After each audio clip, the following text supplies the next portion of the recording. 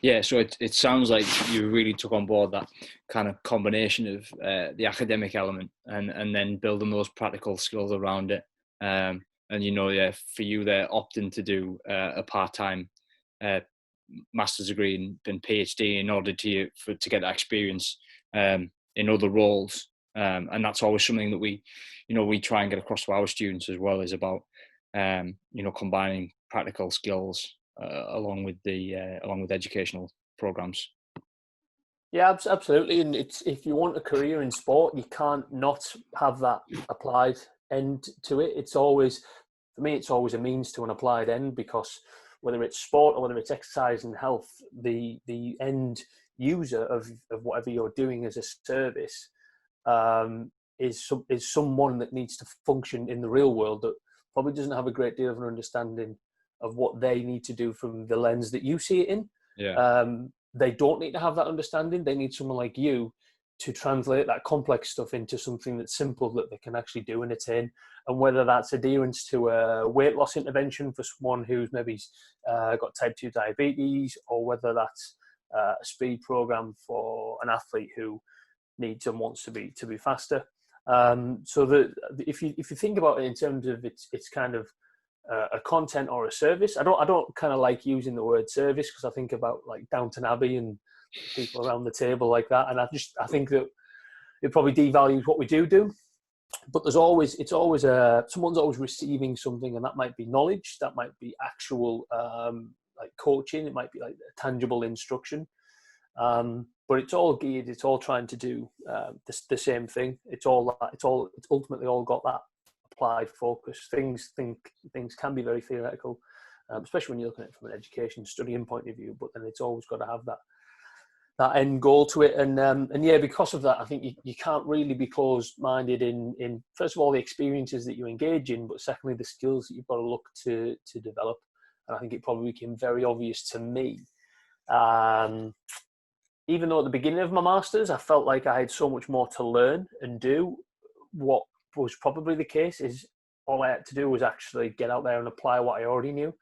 Because I think about how much, since the end of my masters now, how much extra knowledge have I gained? It's probably quite a lot. How much extra knowledge have I gained that I can apply that makes a real difference in what I do? It's probably not a lot compared to the interpersonal skills that I've developed through experience.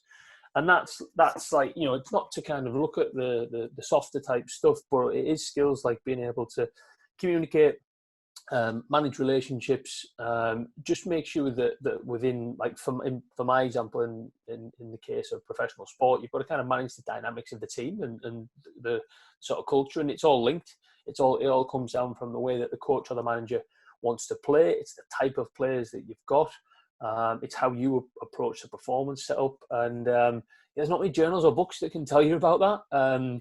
I guess in a sense that there is. You can read about culture, leadership, things like that, but there's a point where if you want to really kind of excel in something, you can't just always go back to a book. There's probably a lot of good foundation knowledge in there, but stuff like that is just about exercise and skills that you get brought up with all through your life. And this sounds like really stupid, but being a good person gets you very, very far. But you can't teach yourself to be a good person. That's just built on the bed of experiences that you've had ever since you have a memory from being maybe 6-year-old. Just the way that you treat other people, manage other people, and that honestly gets you a lot further than, oh well, I know this because I know this, that y equals a plus bx because I read it in that. People don't know people don't care how much you know unless they know how much you care. And I think that that's like a real obvious one. So to be able to kind of foster and develop those, because they are skills, they are tangible attributes that you can work on. But it's like physical stuff. Sometimes if I get 2 athletes, it might be easy to make one stronger than the other one just because of the way that they're genetically built. Yeah. They just have that as a gift. That's just the cards that they were dealt, and brilliant. The point is that they can both get stronger. I might just have to approach it in different ways depending on what I know about the athlete. And that's the same for things like, communication, stuff like that. Some people naturally find it easy to communicate with other people just because of the personality type they have, just because of the cards that they were dealt with.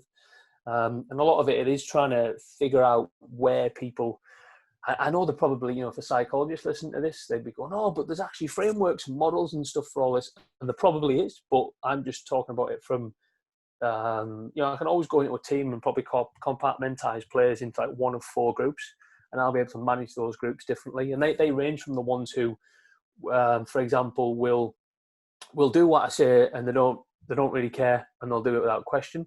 And then there's others that will just go completely against the grain, and they won't do what I say, and then they want to really question it. There's others that will do what I say, but they want to know the intricacies of how and why.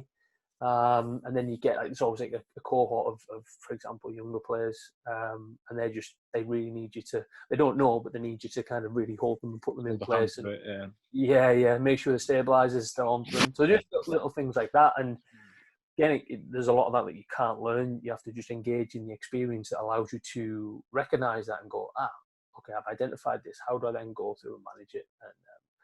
And for me, working close with coaches, I think that because that's such a big part of what they do, it's really good to kind of watch how they deal with these sort of interpersonal factors.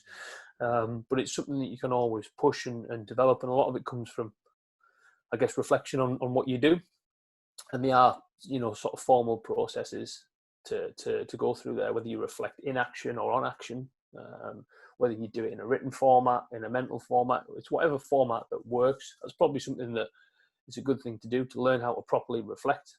The biggest thing for me was being able to do that as a process to turn experiences into learning. Because if you experience something and it either goes good or bad, if you don't then unpick it and understand why it was good or bad, then if it was good, there's a good chance that it could have just been a fluke, and then it might not be repeatable. It's not in your control. If it was bad, and this is probably the main one, because it's always instinctive that something goes wrong. You try and think about why it went wrong, but then unpicking that, and the last part of unpicking it is being able to make an action plan and then put it into action and make sure if it was a negative consequence, that it doesn't happen again.